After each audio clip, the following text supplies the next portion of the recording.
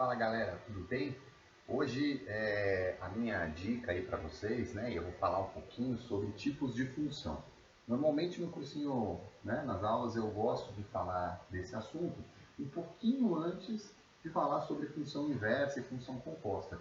Principalmente depois que o aluno já passou por todos os outros tipos de função, né? Função de primeiro grau, de segundo grau, função exponencial, função logarítmica.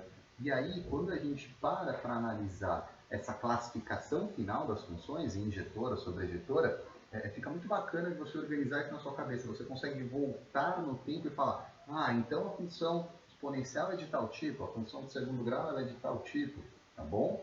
Bom, seguinte, existem duas maneiras de você classificar uma função. Ela pode ser injetora, ela pode ser sobrejetora. Desculpa, três, porque ela ainda pode ser as duas coisas. Ela pode ser injetora e sobrejetora ao mesmo tempo. A gente dá o nome de bijetora. Vamos lá. O que é uma função injetora? A gente vai ter que lembrar um pouquinho desse esquema dos diagramas, né? Dessa representação do conjunto domínio e do conjunto contradomínio e do conjunto imagem, usando aqui esses diagramas das bolinhas. Domínio são todos os valores que você pode atribuir para a variável independente. Geralmente é o x, tá? São os valores de x. A gente tem que lembrar que não é todos os, né? Não é sempre assim, domínio, todos os reais. Tem alguns casos na matemática que a gente tem que tomar cuidado. Por exemplo, funções que estão dentro de radicais. Se a gente trabalhar com os reais, esses radicais, né, não podem ser com valores negativos, não posso ter valor negativo dentro da raiz. Quando a gente tem uma função que é uma fração, né, tem que tomar cuidado porque a parte de baixo dessa fração não pode dar zero. Eu até brinco com meus alunos, né? É o 11º mandamento, não dividirás por zero. Então, tem que tomar cuidado com esse domínio. A gente tem que tomar cuidado também com o contradomínio. Por quê? O contradomínio é o conjunto onde eu tenho todo o universo de valores, onde eu espero encontrar a minha imagem. Tá? Só para a gente lembrar rapidinho, vamos pegar essa função aqui, ó, 2x menos 4, certo? Se eu coloco aqui para x um determinado valor de domínio, por exemplo, 5, 2 vezes 5 é 10, 10 menos 4 é 6, a imagem vai ser 6. Então, para essa função, para o domínio x igual a 5, eu tenho uma imagem da função igual a 6. É isso que eu estou querendo mostrar com os pontinhos, ó. Para 5, eu obtenho 6. E isso vai se repetindo porque a gente sabe que para funções nós podemos atribuir infinitos valores, certo? Agora vamos lá. O que faz uma função ser injetora?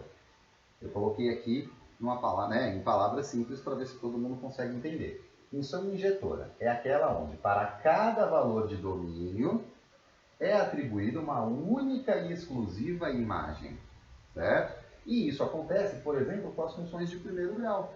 Né? Essas funções lineares, função afim, completinha, para cada valor de x, a gente vai ter um valor de y, vamos dizer assim, para facilitar. E não repete, é exclusivo. Esse par ordenado xy é só ele. Tá? O gráfico mostra isso, ó. O gráfico é uma reta. Né? Se você pegar qualquer ponto dessa reta, você tem um x e um y que é daquele ponto. Isso não acontece, por exemplo, com uma função de segundo grau como essa aqui que eu coloquei de exemplo. X² menos 9.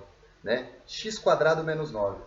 Você tem uma parábola com a concavidade para cima, cruzando aqui embaixo no menos 9. As raízes seriam menos 3 e mais 3. Agora, se você pegar, por exemplo, tá, um valor de imagem aqui em cima, para essa imagem, eu posso usar um x que está à minha esquerda, do lado negativo, ou posso usar um x que está à direita, do lado positivo. O que vai acontecer? Eu vou ter dois valores diferentes de domínio e levando na mesma imagem, certo? Então, isso faz com que essa função de segundo grau não seja injetora, enquanto essa aqui é. Bom, então, injetora é a associação entre valor de domínio e valor de imagem obtida. O que faz uma função ser ou não ser sobrejetora? Aí é uma relação entre o contradomínio e a imagem, tá bom? Repara que aqui eu coloquei o seguinte, ó, eu posso ter uma função sobrejetora que de repente não é injetora. Dois valores de domínio diferentes levando na mesma imagem, não tem problema. Agora, o importante para ser sobrejetora é que o conjunto imagem seja igual ao contradomínio.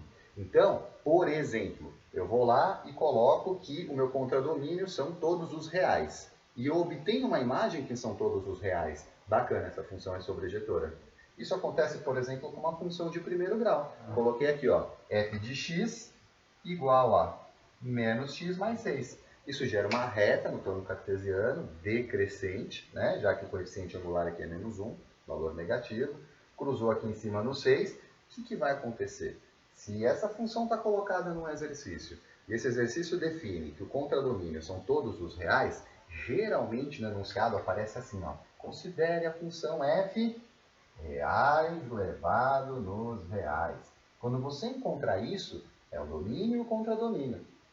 Se o exercício define que o contradomínio são os reais, e essa função me gera uma imagem, ó, valores de y, infinito para cima e infinito para baixo, que também são todos os reais, isso faz dela uma função sobrejetora. Ela é sobrejetora.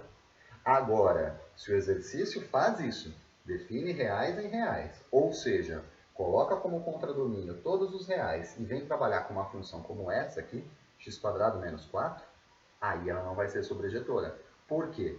A imagem dessa função, os valores de y que a gente obtém com essa função, já que ela tem a concavidade para cima e cruza aqui no menos 4, é do menos 4 para cima. Então não são todos os reais. Eu tenho uma boa parte aqui, ó, tudo que estiver para baixo do menos 4 não é imagem dessa função. Então, se a imagem dela não é como contradomínio, essa aqui não é uma função sobrejetora. Tá bom? Agora, para finalizar, como eu disse no começo, o que vai ser uma função bijetora? É aquela que pode ser classificada como injetora e sobrejetora ao mesmo tempo. É o caso, por exemplo, dessas funções afins que eu utilizei aqui. Essa função 2x menos 4, ela é injetora e sobrejetora, certo? Portanto, ela pode ser chamada de bijetora. Tranquilo? Espero que essas dicas rápidas tenham ajudado você aí.